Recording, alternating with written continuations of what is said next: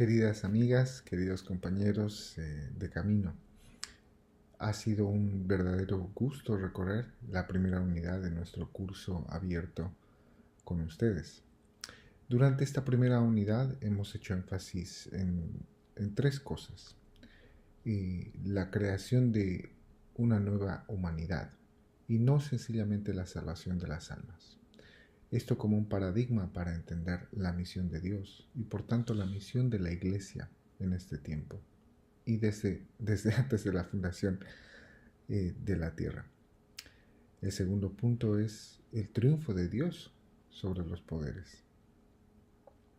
El tercer punto es el rol que juega la Iglesia en este triunfo o a partir de este triunfo, incluso antes de que nosotros levantemos un solo dedo.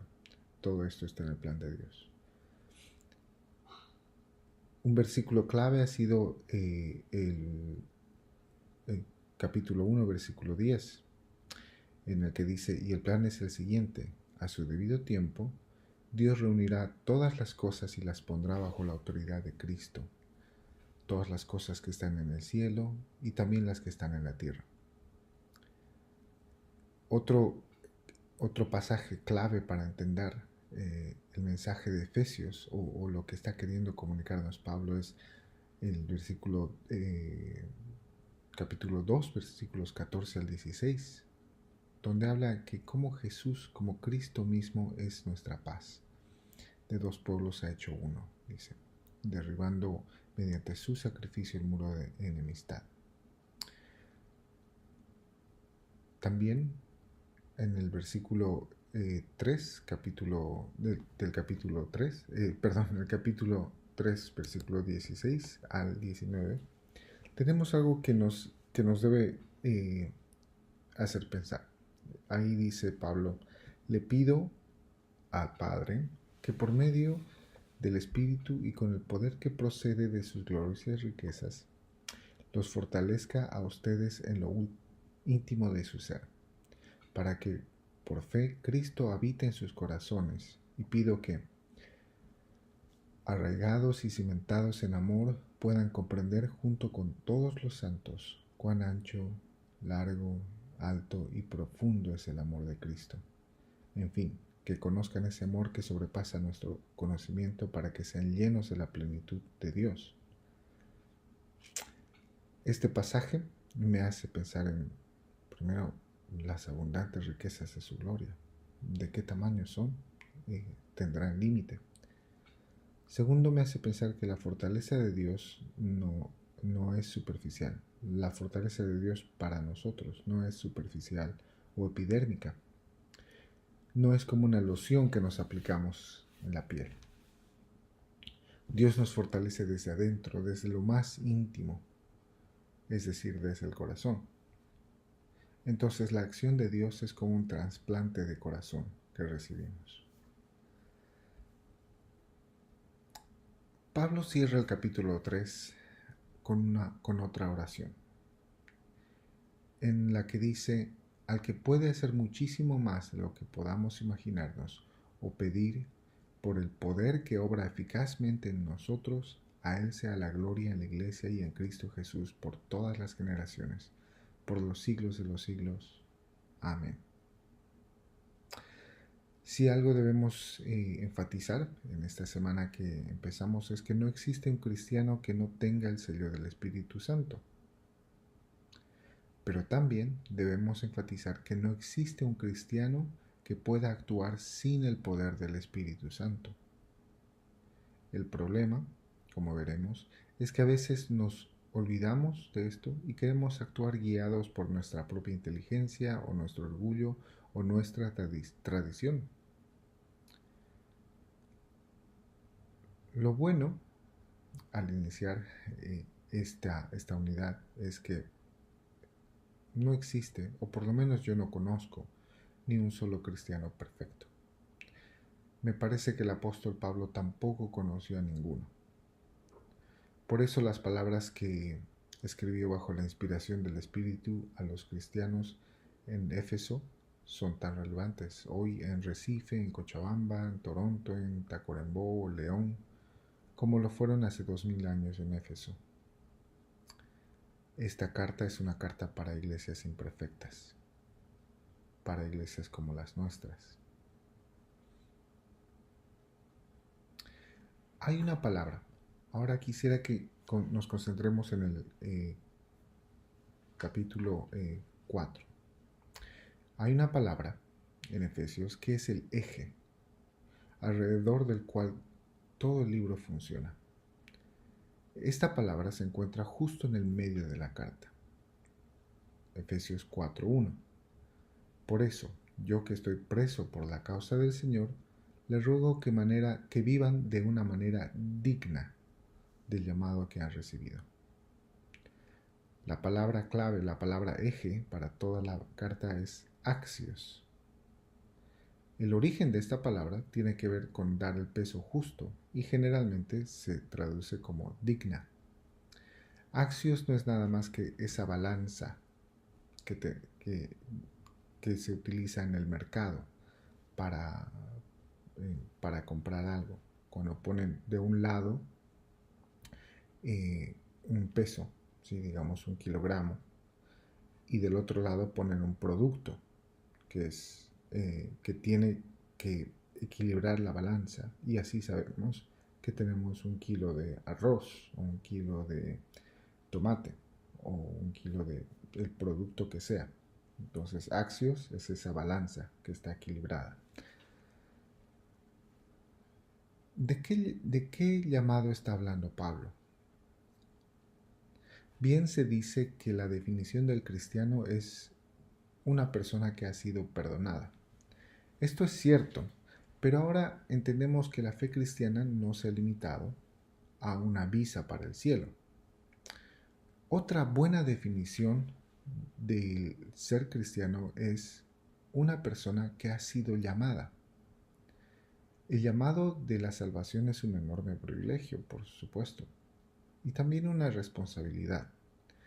Por eso, para los que nos llamamos cristianos, es necesario que cada día veamos si estamos creciendo en virtudes como humildad, amabilidad, paciencia, tolerancia y amor, las cuales Pablo menciona. El apóstol Pablo, que fue pastor en Éfeso por casi 3 años, hace hincapié en estas virtudes. Es por eso que el apóstol utiliza la palabra vivan o caminen de esta manera.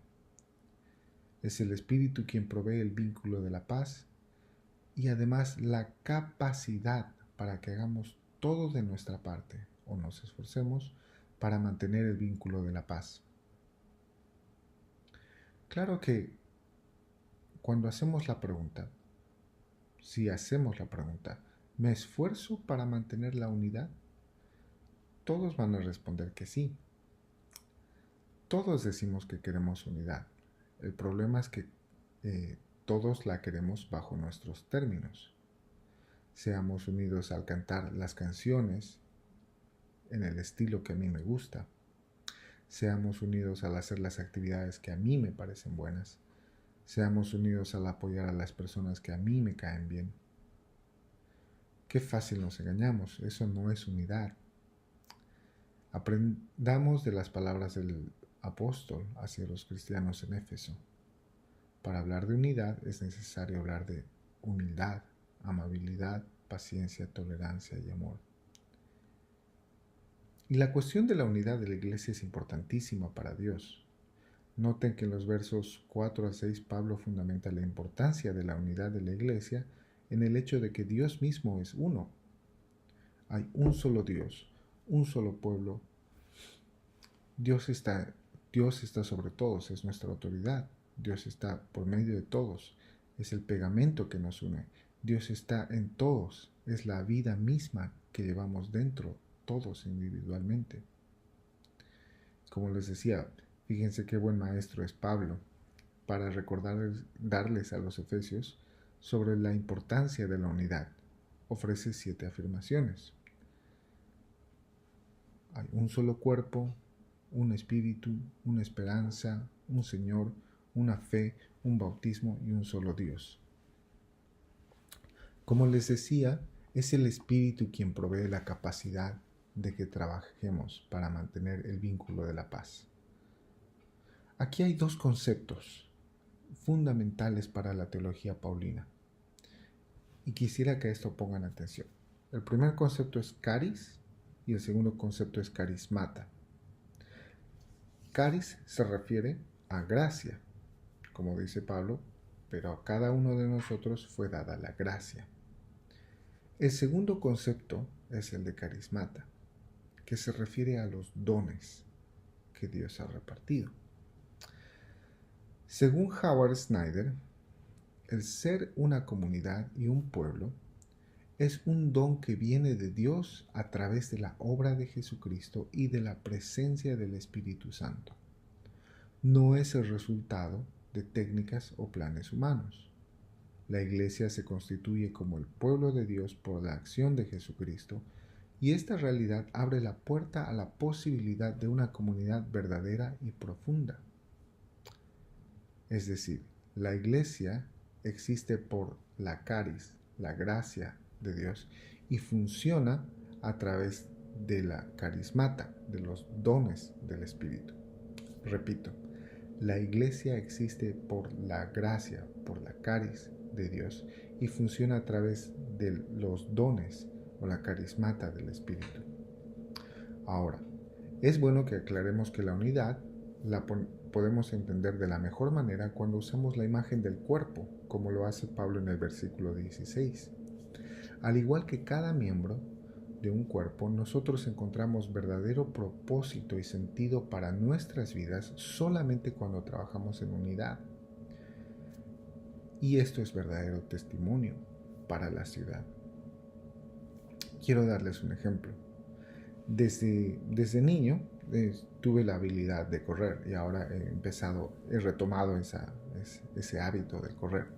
Y me viene con bastante facilidad porque tengo piernas fuertes. Sin embargo, siempre he tenido brazos algo débiles, flacos. Algunos me llamaban incluso tiranosaurio rex por mis brazos débiles. Pero prefiero un brazo débil que funcione bien con el hombro a un brazo fuerte, grande, que se desprenda de mi hombro. Entonces de eso se trata, de cómo trabajamos con los dones de otras personas. Los dones no son regalos para nosotros individualmente, son regalos para el cuerpo. Entonces la pregunta principal es, ¿qué tan bien conectados estamos como miembros a otros miembros del cuerpo? Entonces esto nos cuestiona, ¿cómo es mi relación, mi participación en la iglesia? Es lamentable ver que muchos cristianos asisten a la iglesia, como les decía, con un espíritu consumista, como quien asiste a un evento o va al cine a ver una película.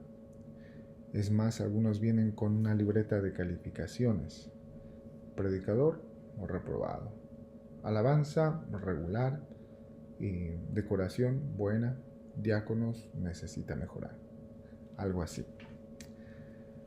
El apóstol Pablo tiene otra visión del liderazgo y del ministerio. Después de establecer 7 veces la importancia de la unidad, en el versículo 7, él nos dice que Cristo, el gran Rey, ha repartido dones a todos. Aquel que está por encima de todos los cielos te ha dado una multitud de dones, nos ha dado una multitud de dones. Su sacrificio y su triunfo no es solo para darnos una visa al cielo, es para que recibamos esos dones, para que podamos participar en su plan. Repasemos. El apóstol Pablo habla de la unidad, después dice que todos recibimos dones, y es ahí que empieza a hablar de los dones del liderazgo. Apóstoles, profetas, evangelistas, pastores y maestros. Quisiera tener el tiempo para explorar con ustedes el significado y el uso que se le da a cada una de estas palabras en el Nuevo Testamento. En nuestras clases de CETI, certificado, dedicamos por lo menos 6 horas para estudiar estos pasajes.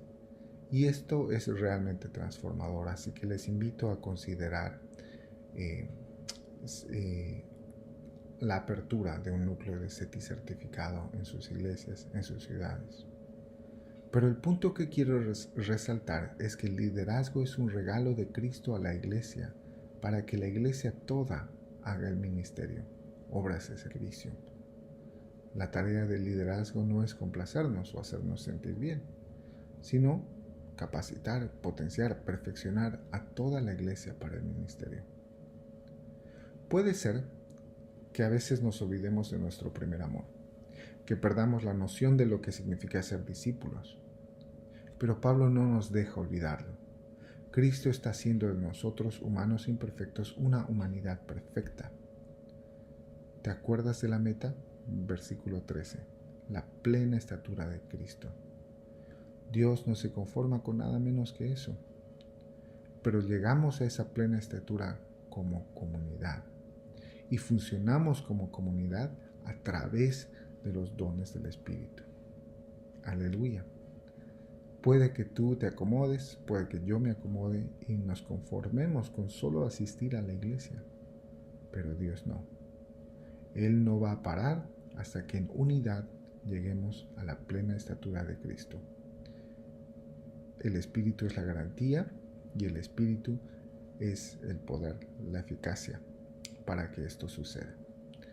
Nos vemos en la videoconferencia.